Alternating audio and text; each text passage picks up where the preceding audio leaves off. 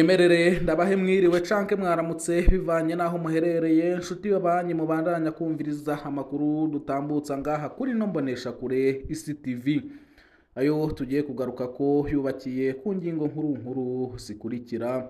Kubera iki ibihangange vya CNDD FDD bitinya cane Niyombare, General Major Godefroid Niyombare n'intwazangabo yahoze mu gisirikare c'u Burundi. Niyombare yarajejwe amabanga menshi ahambaye y'igihugu kandi yari inshuti y'akadasohoka ya Perezida Petero Nkurunziza. Mu yandi makuru, bamwe mu batunze amatongo bavuga ko hari amakori yinyegeje inyuma y'igikorwa co gukingira impapuro ndangamatongo. Izo ni impfunyapfunyo zayo tugiye kugaruka ko, ntimuje kure.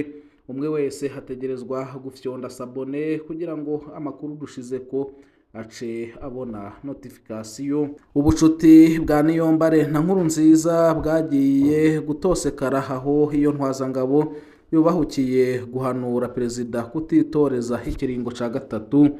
Niyombare habicishije mw'ikete rigizwe n'impapuro 14 yakoze ubushakashatsi mu gihugu cose, hasanga ikiringo ca gatatu Nkurunziza yashaka kwiyongera kizogira ingaruka mbi kuri kazoza k'igihugu n'umugambwe CNDD FDD.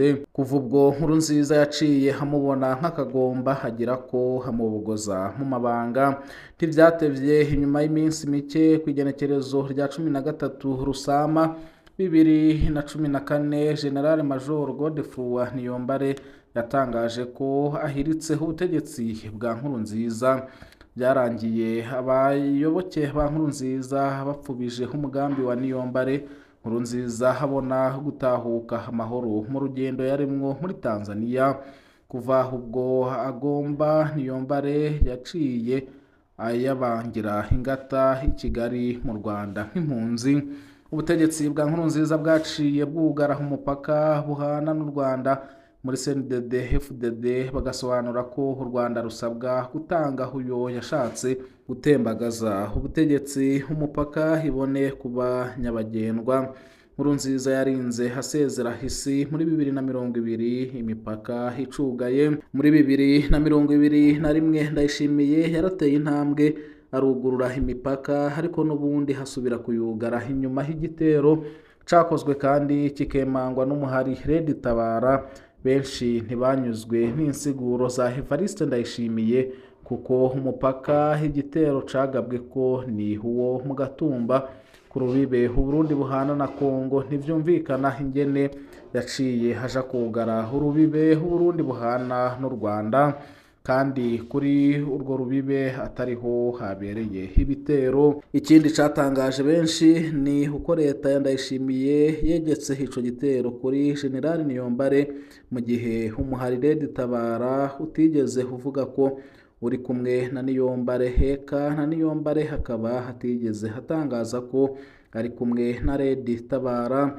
Benshi babonye iyo nyifato ya Ndayishimiye nk'urupfu rw'imfane. Kubera iki muri CNDD FDD batinya cane Niyombare? Abamuzi neza bavuga ko Niyombare hari umugabo nyamugabo, avugwa nk'umuntu ativuguruza ku ngingo kanaka kandi ashishoza neza cane. Abigeze kugendana nawe baravuga ko mu mvugo ibonetse yanebagura intwaro yarimwo ya CNDD FDD, ariko atabivugira hejuru. Kuri iyi nyifato ijanye na kamere kiwe hiyongera ko yoba yari intwazangabo iciye ubwenge kandi irinda. Gutyo CNDD FDD ikagira impungenge ku mabanga y'umutekano w'igihugu azi, na cane ko yarongoye igisoda hamwe n'iperereza ry'u Burundi. Ubutegetsi bwa Ndayishimiye bugahangayikishwa no kuba hacumbikiwe na Kagame hasanzwe hari umukeba wa Ndayishimiye. Nivyo bituma muri CNDD FDD babona Niyombare nk'uriko hamena amabanga yose u Rwanda rwifuza ku Burundi, narirya ko iyo ntwazangabo ifise amasoko menshi. Bakivugana mu nzego z'igisirikare, igipolisi, igendereza hamwe n'abategetsi bakuru mu biro by'umukuru w'igihugu, mu bushikiranganji be no mu buserukizi mu makungu. Ico abantu benshi batazi, Niyombare hamaze igihe kirekire cababa imyaka urwenda ari mu gacerere. Haheruka kumvikana hirya nyuma igenekerezo rya 15 Rusama 2015 mu kiganiro yagiranye n'ikimenyesha makuru Jeune Afrique. Hano yasobanuye uko kudeta yapfuvye n'ingene hategekanya kubandanya urugamba. Yarahishuye ko ategerezwa gufata inzira y'ishamba kugira ngo yomore ubutegetsi bwa Petero Nkurunziza, ariko nta gitero na kimwe harigera hagaba ngo acemange, kandi nta n'umuhari urigera utangaza ko bari kumwe. Ico bikoze mu Ntamatama birakekwa ko hafise umuhari witwa Forebu, Force Républicaine du Burundi, boba ufise ibirindiro muri Kongo. Ayandi makuru ahari nuko bimaze gushika Niyombare wenyene ubwiwe hagaha umubonano intumwa za Evariste Ndayishimiye i Kigali. Ntidushobora gutera ivyasi umugambi wo guhirika ubutegetsi bwo muri 2015. Tubona Niyombare nk'umukunda gihugu yashaka gushiraho igihugu ku murongo kuko cari mu mayira abiri. Byongeye ibyo yari yahanuye Nkurunziza byose byarabaye. Ikiringo ca gatatu carakwegeye amahano igihugu, nkaba mu by'ubutunzi, mu bya politike hamwe n'ikibano. Ingaha dufatira mu kwemanga ko rirya hirikwa iyo rikunda ryari kurinda ibyago byinshi igihugu kirimwo iki gihe. Ntituvuze ko dushigikiye ibikorwa bibi byo guhirikaho ubutegetsi, ariko hariho ibihe igihugu kibamwo uguhirikaho ubutegetsi bikaba urukiza kuri kazoza k'igihugu na bene co. Nayo mu yandi makuru, bamwe mu batunze amatongo bavuga ko hari amakori yinyegeje inyuma y'igikorwa co gukingira impapuro ndangamatongo. Leta y'u Burundi yaratanguje igikorwa co gukingira impapuro ndangamatongo kijanye n'amafaranga asabwa mu kuzironka.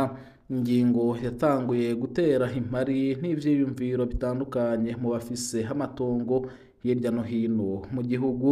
Mu rwandiko rwashizwe ko umukono ku wa 17 Ntwarante 2026, umuyobozi w'igisata kijejwe gutanga impapuro ndangatongo n'igicapu c'amatongo y'igihugu Salomo Nibigira yamenyesheje ishirwa mu ngiro ry'ico gikorwa hisunzwe amafaranga leta y'u Burundi itegekanya gukoresha muri uyu mwaka wa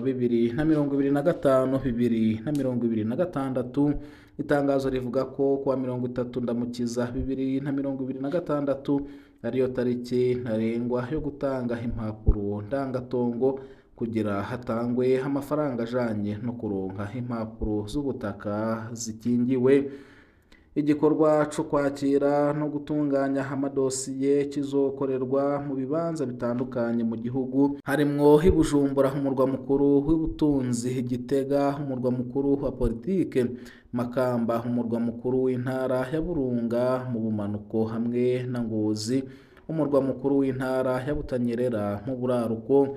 Kugira umuntu ategure dosiye yiwe hasabwa gutanga inyandiko zitandukanye, harimwo impapuro z'ubutaka z'ukuri ziri kumwe n'ifotokopi, urupapuro rutewe ko umukono na noteri mu gihe ari uwatumwe, nimero ndangamudandaza ku bantu bataboneka, hamwe na kopi y'akarangamuntu canke y'igitabo c'inzira. Ku rubuga iyo ngingo ntiyashimishije bose. Bamwe mu batunze impapuro ndangatongo bavuga ko ikiringo catanzwe ari kigufi cane ugereranije n'igitigiri kinini c'abatashobora kuronka impapuro zabo canke gutunganya ibibazo bafise by'ubutaka. Abandi babona ko harimwo n'uburyo bwo gushobora guhana abatazoshobora kubahiriza ikiringo catanzwe. Hari n'ababona ko ico gikorwa kiri mu mugambi wo kurondera uburyo bwinshi bw'amafaranga leta izokoresha muri uwo mwaka w'amafaranga. Ni umuzigo wiyongereye ku banyagihugu, niko umwe mu bafise itongo agaragaza amakenga. Kugeza ubu haracariho ibibazo bitari bike ku bijanye n'ingene ico gikorwa kizoshirwa mu ngiro. Abafise impapuro ndangatongo barindiriye ko ico gikorwa gitangura nk'uko bitegekanijwe kuva kuwa 23 Ntwarante 2026 kugira baronke insiguro zitomoye kuri iryo hinduka rishobora kugira ingaruka nini mu gisata c'amatongo mu Burundi. Nayo mu yandi makuru, Kirundo abakora akazi ko koza imodoka canke amapikipiki bamenyesha ko ako kazi kabatungiye imiryango. Niyongabo Valesi, umwe mu bakora akazi ko koza imodoka canke amapikipiki, abo benshi bazi ku mazina y'Ababurayi, avuga ngo imodoka imwe bayogereza amafaranga hari hagati y'ibihumbi 10 n'ibihumbi 20 y'amarundi, naho biruko birashika ko ngo bashobora kogereza imodoka amafaranga hari munsi yayo. Aho nayo ngo bivana nuko uwo muntu aba ari umukiriya canke abisavye, kuko amafaranga akenewe atayo bafise. Ku munsi, Niyongabo Valens yemeza ko yinjiza n'imiburiburi amafaranga ari hagati y'ibihumbi 20 na 25, aho hakamenyesha ko aba yatanze verisoma kuri nyene ikinamba, niho kuvuga aho bogereza imodoka. Muri ayo mafaranga hamenyesha ko hamaze kwiyungunganya mu kugura ikinga ryo kwiyunguruza, kandi hamenyesha ko habandanya gukora kugira hashobore kugura ikibanza co kubakamwo inzu muri ico gisagara. Amenyesha ko hatabayemwo ugusamara canke ngo habemwo gusesagura amafaranga bakura mu kazi k'ububarayi yobashikana kwiterambere. Ndabashimiye nshuti babanyi twabanye muri aya makuru yaragezwe ko. Amakuru yacu nagasaga, ndabipfuriza kubandanya muroranirwa n'ivyo muriko murarangura vyose. Imana ibahezagire.